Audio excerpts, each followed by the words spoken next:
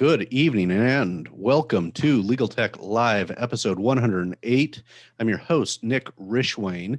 We are here tonight with Federico Pomi, co-founder and CEO of Fabrica.land, and their legal counsel, Daniel Rollingher. And my co-host tonight, you may remember from earlier episode with LexDAO, that's James McCall. And we're talking about online real estate transactions and maybe more importantly, or for those who signed up early because they saw that I was using the term NFTs, and it's a really exciting topic these days. Thank you, Federico. Thank you, Daniel. Thanks, James. Thanks for all being here. And Federico, maybe you could give us a little bit of background on, and did I say it correctly? Is it Fabrica.land? Is that, or? That's correct. That's correct, okay. Nick. And first of all, thank you for having us on the show, Nick and James. A pleasure to have you. So tell us the kind of inception of Fabrica.land and how a little bit of the startup journey there for you. Yes, absolutely. Happy to. So I'm Italian and I moved to the US 5 years ago. And after a few months here, I was going back and forth from Italy actually, but I decided to permanently move here and to buy a house in the US. And I went through the process of finding the house and going to open houses and picking the right place. And when I finally was sold on the house and I bought it, I went through the process of actually becoming the owner. And guess what? As an Italian coming from a small country and in Silicon Valley, I was expecting the most advanced experience and process ever, and it was not. So I discovered that you have to go through notaries and fingerprints and county records and the concept of title insurance, which was pretty peculiar to say the least. Being a technical person, I started saying, this is something that we can probably address with some new technologies. And that's how I started looking into it. And pretty soon after, decided to fund a company around the concept of making real estate transactions fully digital. Excellent. And Daniel, when did you get started with the company? Were you on from an early stage as legal counsel? Yeah, I came on right as Fede and the founding team were starting to set up the first couple properties. And, after running a couple experiments, I think they realized that the product itself was pretty legal heavy and it would be useful to have a legal partner on the early team. And that was kind of when we started building the product to what it is today. And tell us, Federico, tell me what the product is. How did you take everything that goes into the purchase and sell of real estate or of a home and bring it online? Absolutely, Nick. So the important thing to understand is that what we want to do is to make real estate programmable. So imagine any kind of operation that you can perform on a real estate asset. Today, you have to go through paperwork and title companies. We want that to happen fully through software. The way the solution that we found to make that possible is to essentially take real estate properties and turn them into digital assets. So you can natively control them through software. And Jenny will dig more into how we do it legally, but from a very high level perspective, what we do is that we create a container or wrapper for the property that holds title, and we connect that container to a digital representation, a token. The two things are always connected one to the other, and when you operate on the digital asset, you are also instructing the underlying instrument and controlling the asset. Okay, and this is where it may get for some audience members or some podcast listeners for the replay.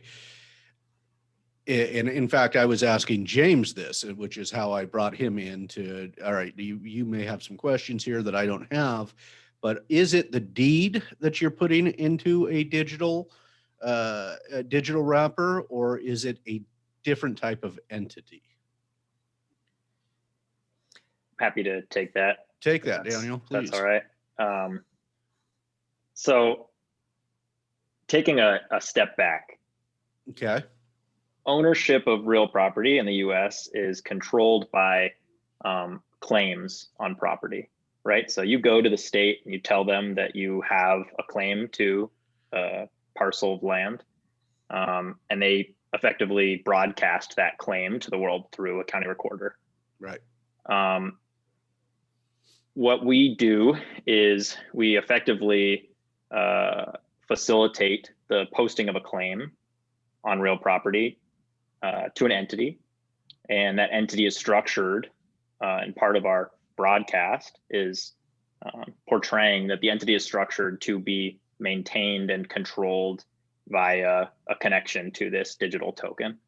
So to the extent, to your question, is it a deed that we're putting into the token? In a sense, yes, but more accurately, we're placing the property into an environment that it's contained, and then we're operating on that environment via digital transactions that point to offline containment effectively. Go ahead, James. I see you have a quiet follow-up there. Yeah, I was just look on the website, and maybe correct me where I'm wrong, but so it looked like you basically set up like a trust, right? And the property gets deeded into the trust, and that trust is the container or the box that then you can obviously, membership interest of the trust, or it's not membership interest, but the trust can be assigned to the new owner, I'm assuming, through the digital transaction. Is that kind of the way? Exactly. And the trust itself, a lot of people have a lot of different thoughts or associations with the word trust as an entity, but on a very simple level, it's just a pass-through entity that points to whoever is maintaining the token. So whoever controls the token controls this trust. The trust is very simple to the extent that it points to the token, and it can be transferred. And whoever holds the token controls the trust. Trust controls the property at the county. Yeah, I think that's super cool. Is there any issue? I mean, how do you do the title? I mean, that's ways I do agricultural stuff, so I apologize. Some of these probably don't apply to you, but how do you kind of run the gambit on title, or is that something that the buyer needs to do on their own, or like, are there any assurances there, or do you guys just do like a quick claim deed over? Like, I guess kind of maybe walk through maybe the legal technicalities. Yeah, this is where the legal tech aspect comes in. I'm sure Daniel comes in pretty regularly. So I think, again, just sort of taking a step back with regards to what you're talking about, Nick, as like a legal party or partner in this environment, it's my job to build a product that is safe for our users and that is able to build out this potentially pretty disruptive platform, but also to only say yes where we know what we're doing, right? And so to a certain extent, we have to start small in what we operate on and what we allow, to try to build standard processes so that we know that our users are safe, our environment is safe, it maintains across parties and transfers and across jurisdictions, right? So right now we operate in land. It's pretty standard warranty deed style transaction that loads the property. From there, we use assignments of trusts to maintain between parties. We notify relevant parties like the assessor who needs to update tax records. But for example, we don't yet allow for like joint tenancy, or we don't do residential transactions because there's increased regulatory and compliance work and disclosure work that needs to go on top of that, right? So we're starting from sort of a seed, but the idea is to be able to build that model out across the gamut of real estate transactions. So when you say that seed, and Fetty, don't be shy if you have, when you say that seed, are you said not residential? I thought I could have sworn on the website that it was, was I wrong that it was residential, buying and selling your home? I thought I saw that buyer, or is it predominantly buying vacant land at present, or how does that work? So at present, yes, it's whole vacant land, but clearly the opportunity that we we are tackling is the larger real estate industry and any kind of asset. So let me use an example that I think it helps understand what we do and why. So think of those tokens as it's like a file format, like JPEG. All of a sudden today we have a technology that allows to have a file that represent ownership. So if I own that file, so to speak, I'm the owner. The moment that I transfer that file to you, you are the owner. And there's no way that we can both own the same thing at the same time. So we have that certainty that it was like an amazing invention. We didn't have that. That's what NFTs or tokens do. Now, a JPEG file is as good as the picture that you put into it. Mm-hmm. And that comes down to what we put into these tokens and the title that we grant into the entity and how much we can verify them and get to the history and past title chain. So right now we are moving our first steps in that space. It's very new what we do. And we decided to start from land for several reasons. It's the simplest form of real estate property. You can start from properties that are less valuable from a monetary perspective than residential, and it's not your home. Also, like convincing people to do something so new, it's not easy. So we said, you know what, let's start from small plots of land, $5,000 in value, and let's validate the model, and let's figure out how we can build that container and make it better and better over time so that we can ensure the safety of all of the operations and over time develop more functionalities around this approach. Excellent. Yeah, so that must have been the dyslexia that I have that's residential when I was not seeing it. You have to forgive me. We get there, Nick, so I liked it. Okay, good. But this is good. I mean, because you have to test it out to see if it works. So this is if James and I own a piece of property in California, small vacant lot, and we want to transfer it to Daniel and Federico, you guys could come in and create this digital token saying that our trust is now transferred to you. Is that correct? That's correct. Okay. Go ahead, James. Are there other assurances? I mean, like, I'm assuming you're doing some of the, like, what do we call it, due diligence on the title, or maybe California's different. I don't know. Maybe it's easy to tell on Fabrica.land, but like, I'm assuming you guys I know other websites like auction.com do like auctions of real property, and yeah, you kind of have to do all your own due diligence, right, if you're the buyer. But like, it sounds like you guys are kind of running some traps on. I just didn't know how you do the title part of it, I guess. So I'll take it, Daniel, but feel free to jump in if you want to add something or correct me if I'm saying something I should not. That's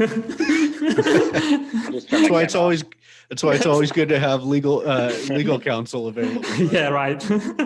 So it's a good question, James. So there are things that we do and things that we will do in the future. Again, we take a look at what's the past history of a title.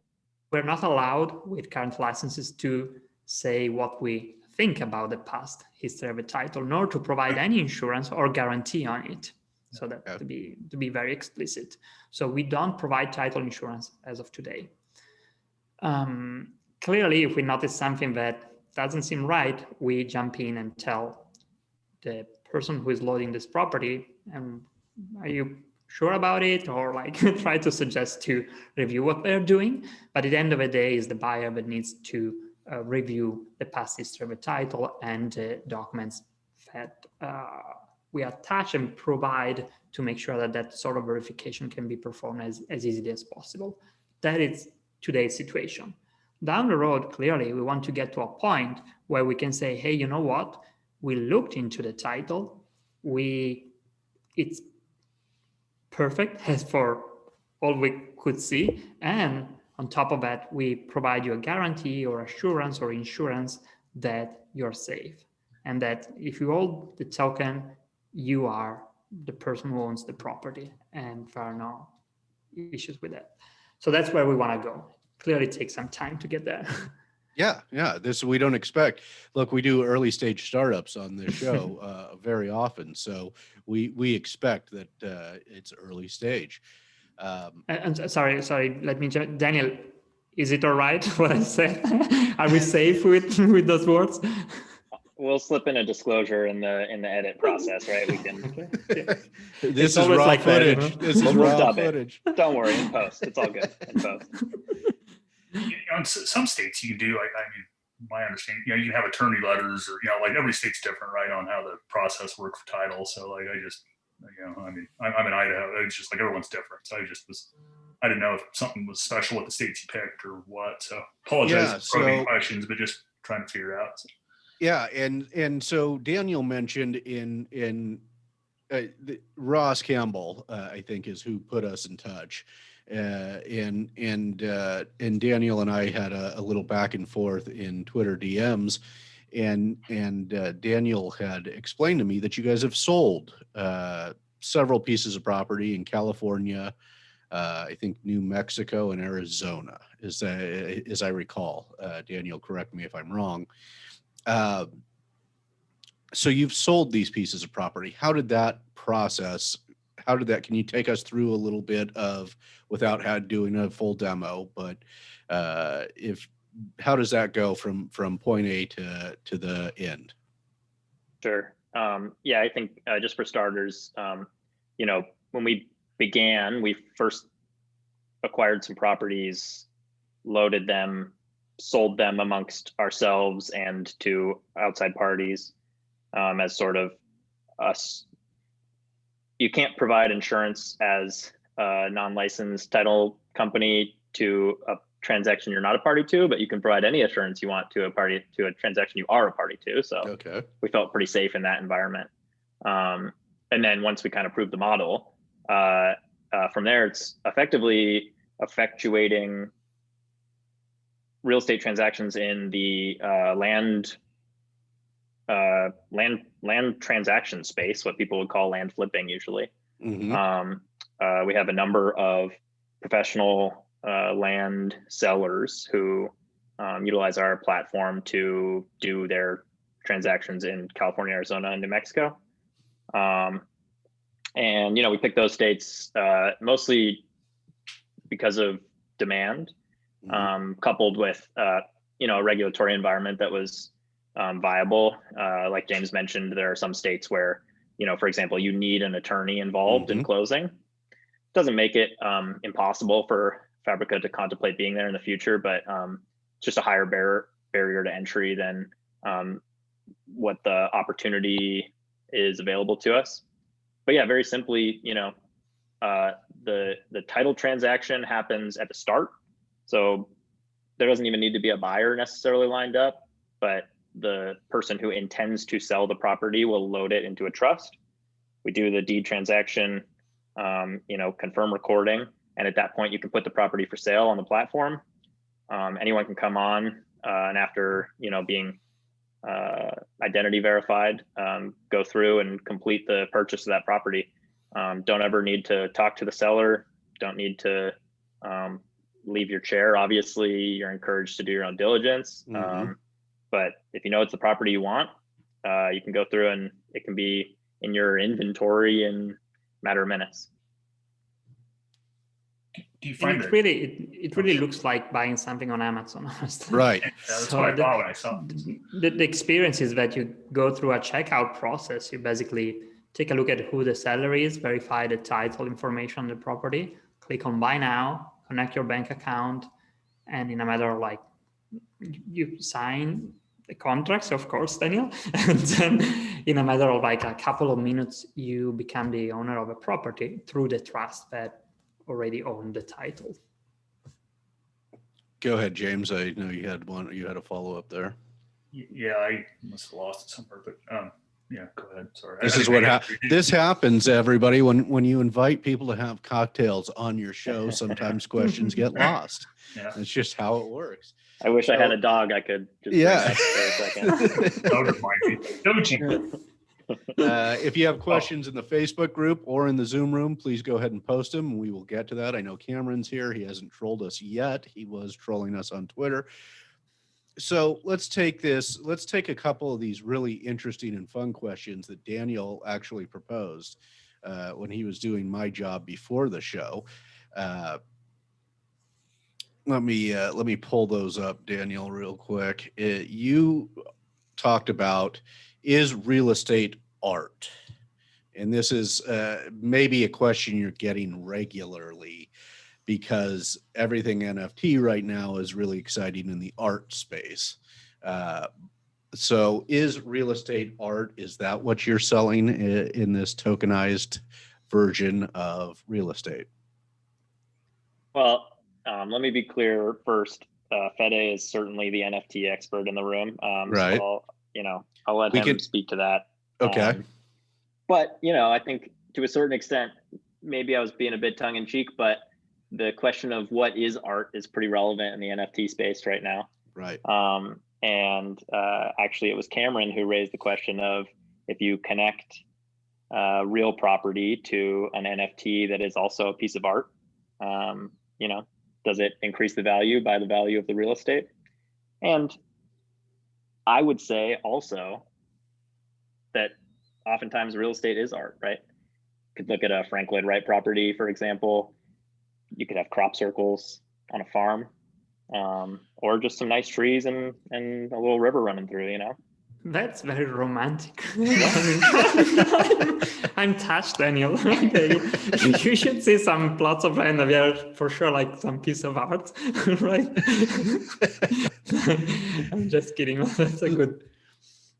So that it is, and there is, Cameron, you just posed a really interesting question. If the art's personal property and real estate's real property, that poses some interesting legal perspectives there, doesn't it? The combination of the two. Well, you start getting into having a real property deed that involves personal property, right? Which, right. We could remove the tech piece and just have a real nerdy law podcast, and I'm happy to go deep on that with you guys. Yeah. Whenever, let me know. So Fede, tell me about then, is the NFT piece itself, is that art? In the real estate. I wouldn't call it that way. I would say that NFT per se is like a file format. So again, it depends what you use it for.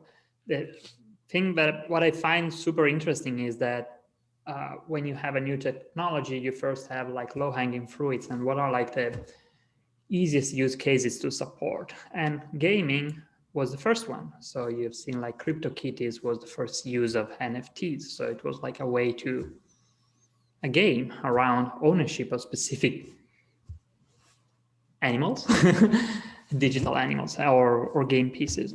Down the road, the technology has evolved and there was a clear use case for art. And that's super interesting because you have like creators who are using this technology to express themselves and at the same time put a price tag on those piece of arts. Then you start thinking, what can we map with such a technology that is non-fungible? And you have an incredible number of use cases that I think will be super valuable. So think of patents, IP, copyrights, all sort of like digital rights. You could easily map them and transfer and own them. And clearly, real estate is one approach, but you could think of like really, we are dealing with land and tomorrow it will be houses, but it could be air rights or mineral rights. So there are like a lot of use cases that you can see channeled through that technology. What I really find important to understand is that when you have the first use cases such as games and arts, these are the use cases that are developing an ecosystem. So you have tools that gets built for that use case. So think of like ways to sell, auction some of these tokens, or use them as collateral, or do something creative. The super interesting thing is that when we plug in what we do that represent real estate into those tools, it's like you have the JPEG format and you have Photoshop. And all of a sudden, that ecosystem that was built for gain, now it's super powerful in a much more, it's the largest asset class in the world. So you can use that technology to use a plot of land or your house as a collateral and get a mortgage within 2 minutes, or refinance it constantly, or enable fractional ownership, or new business models we can't even imagine right now, because someone in a few years will say, you know what, if I can do that, I will use that token and put it in a gamble system and like just use my house as a collateral and put everything on a 23 red or whatever. I don't know. Huh? Which is crazy, but it's something that the technology would allow you to do. But your patent and IP example is really interesting here, because this is essentially what patent trolls do, right? They just buy up all the patents and put it in a holding company. So they're or a sort of a trust that's owned, and then they bring lawsuits against those who are violating the patent or infringing upon the patent, and hope to get a settlement. But there's no reason you couldn't put that company or that entity in an NFT and sell the entire patent troll. It sounds like, am I understanding that correctly, Daniel? Does that sound like another option for this? Yeah, I mean, to the extent that you could tokenize the IP, you could do whatever you want with it, right? And ideally, in a more liquid environment, you would have less people sitting on rights upstream, right? But obviously, we provide those protections to creators, and we deal with the consequences because we appreciate that it provides this incentive to create, right? Right. Go ahead, James. Yeah, I'm so excited that, that's kind of like, my mind's like in the same place yours, just all the possibilities of what can happen when you take a real property and make it where it's, I guess you say you put a non-fungible token, but it the possibilities of turning it into, more personal property, and, what you can do with that, where you can stake it, where you can earn, how you can do your sub rights from it, whether that's a lease or the ground lease, or the minerals underneath, or wind rights, or whatever you want to do on top of it. And I think that's super awesome. You guys are doing that. Is there a reason that, theoretically you should be able to do the same with an LLC, or is there a reason, I guess, that you settle in the trust? Is it just quicker or easier to transfer? Or maybe that's too much of a legal question, but I just was curious, I guess. Yeah, it's a legal technology podcast, so go for it. Yeah, it's a great question. And I think, there's trade-offs to every form. We started with the trust mostly because it is a pretty simple, it's a pretty simple format, though it can get very complex. And it also provides a lot of flexibility.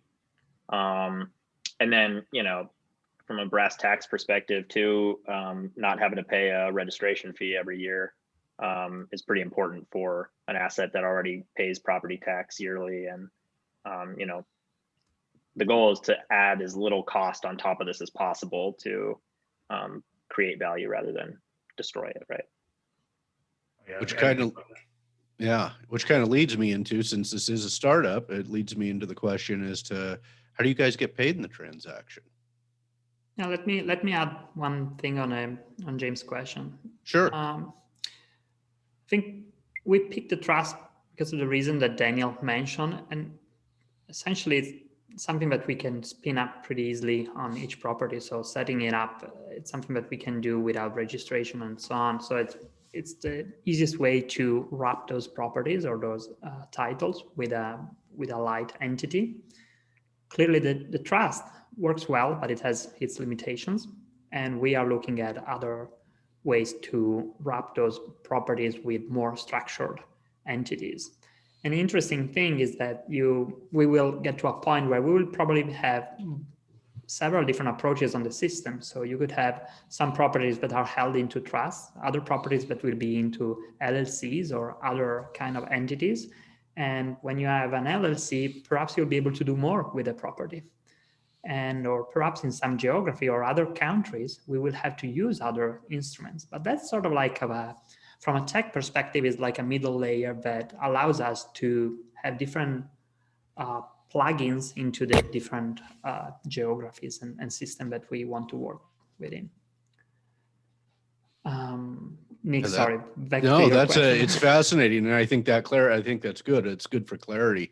So yeah, I guess my next question, because it's an amazing project and it's a company, and so I thought it's important to see, how do you make money in these things? Totally. So we currently charge a transaction fee to the seller. So given the kind of properties that we have, it's a simple $300 per transaction at the moment that the property gets transferred. Or, which is very interesting, one thing that we support, that we have heard from our customers, is that many of them sell those properties with a seller financing plan, meaning that you can buy the property either like full in cash and say pay $20,000 now, or $300 a month for the next few years. When the property is sold that way, we take care of servicing their financing plan, and each month we charge the buyer and move the money to the seller's bank account, and we charge them a fee for the service. So that's our current business model. Down the road, we will shift to a model that is based on the value of a property. So imagine something like 0.1% on the value of a property for a real estate transaction, or some other amount on the value of the property for different operations, such as lock as a collateral, which is similar to the concept of a lien, or fractional ownership, or other features that we'll have on the platform. And if you want to use like an easy benchmark, is what you pay today with using a title company. So we are, in a sense, a substitute for the traditional title model. With a title company and title insurance, you would pay 0.5% on the value of the asset when you perform a transaction. So we're targeting 1/5 of that price. Okay. And then in California, you have the buyer and the seller both have to pay their broker as well. So this could significantly reduce the cost of the real estate transaction. Yes, that's a larger topic, I think. My view there is that I think it's not our business as of today, and not what we are after. I think that real estate brokers and agents, there will be like a lot of more modern approaches to what you see today, but they will have a word for a long time into the process, because it's at the end of the day, it's a very personal experience to go and buy a house, and most people want to have a person who give them advice and help them make the right decision. No? Yeah, so and I'm not just talking on residential. I mean, almost everything in California, you get a broker involved, unless you hold the license. I'd be happy to take the other side of that argument. Sure, I could see an environment in which, let's say, the traditional broker model as it exists today is not as needed. I know a lot of companies in the space, particularly iBuyers, are looking to effectively cannibalize the broker experience, right? And one other thing that I think is interesting, to your point, Nick, is this space, because of the effectively because of the value size of the transaction, is underserved by pretty much any typical real estate service, including brokers. Once you start getting into the $100,000 plots of land, that's a different story. But we see transactions in the $1,000 to $15,000 range where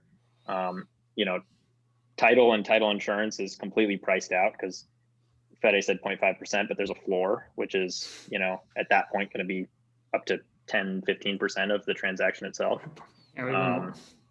Yeah, and not to mention, another piece to it is that these land sellers are actually pretty good at advertising. They've gotten pretty effective with their tools, their sites, their promotions, all this sort of stuff. They really are able to find buyers at their needs, which is interesting, at least. Okay. Can I ask a quick question? Yeah.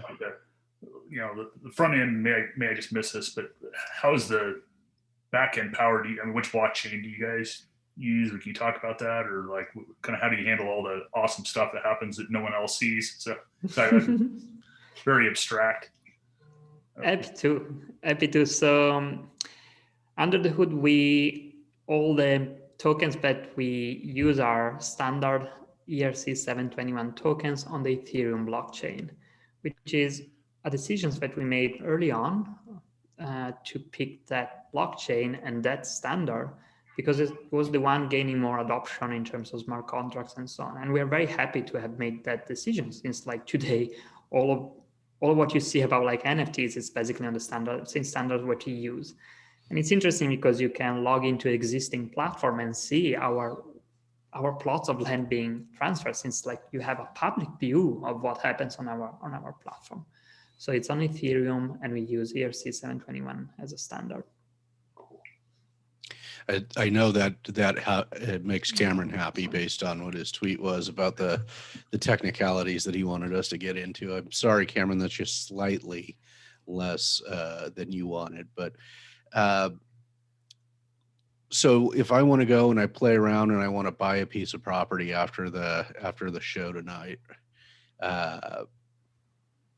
is there listings on the website for our audio replay listeners, or is this I got to log in order to view the listings?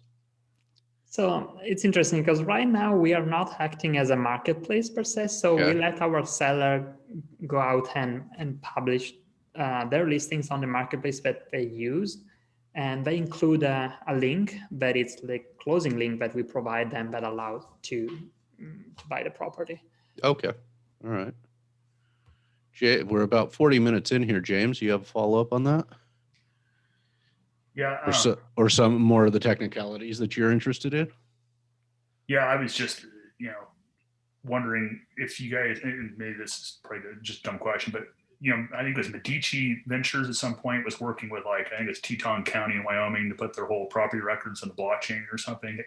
Have you guys, are there any other cool areas that are modernizing their title records where basically you wouldn't even have to do title insurance, right? You can just look to the blockchain or whatever to transfer the property. You guys followed any of that stuff, I guess? Maybe it's just curiosity. James, it's a great question. And when we started looking at the space, we were saying, okay, you know what? One approach would be to go county by county, convince them to use a new system. But it's such a long process, to say it nicely. Yes. And I don't think it was I didn't believe it. I still think that it was not the right way to do it. And other companies have tried that approach, and they have done amazing pilots in some county, and they're still there with one pilot out of 3,000 counties, while the approach that we use allows us to retrofit the existing system, basically. Then, happy to in the future to talk to a county and say, hey, you know what? Why don't we just connect directly? But first, I want to get inventory on the system, ensure that our system works and that there is a market and demand and companies using it. When we have a few thousand properties on the system, things will be different, and it will be way more easier to convince the followers. Yeah, that makes sense too, because in my experience going, public-private partnership with a local government is a very time-consuming, very expensive, and sometimes they just aren't. They don't see the urgency with which a business needs to operate. So, gentlemen, I don't want to keep you all night. Are you guys? Where are you guys located? Headquartered? We are fully remote, but we are all around the Bay Area. So I'm in San Francisco. Daniel is in Oakland. So are the two developers, and my co-founder is in Sausalito. Excellent. Okay, so Bay Area based. So we have to ask, how did you come up with the name of the company? Well, it's a long story. It would take another 40 minutes. Let's just say that it comes from fabric. So the concept of something that binds together its wave at the core of each interaction. Interesting. So in my mind, it was, if you ever look at the satellite photos of land, I was thinking they often look like quilts kind of put together. That was in my mind. So I had to know where you came from. That's interesting. I'll use that as the next time that I get that question. Yeah, that's our new answer for sure. I'm not kidding. I'm serious. Go for it. Just get me on. print it as an NFT and sell it multiple times and give me some royalties on that. We'll get you a little advisor NFT going. Yeah, give me an advisor NFT. That'd be great. James, you have any last questions for Federico and Daniel tonight? Learned a lot. Yeah, it was great, guys. So how do people get in touch with Fabrica if they're interested in buying and selling land, tokenized land? Pretty easy. Come on our website. It's Fabrica.land. And from there, you can start or just reach out on the chat and we'll help you. Excellent. And that is Fabrica, Fabrica.land. Fabrica.land. That's the website. They're also at Fabrica.land on Twitter. And all of them are, or at least Daniel and Federico, are both quite active on Twitter. And so you can connect with them on Twitter or at the website. It looks like everybody's been really quiet on the Facebook page tonight, and Cameron hasn't trolled us once in the group chat. So just on Slack.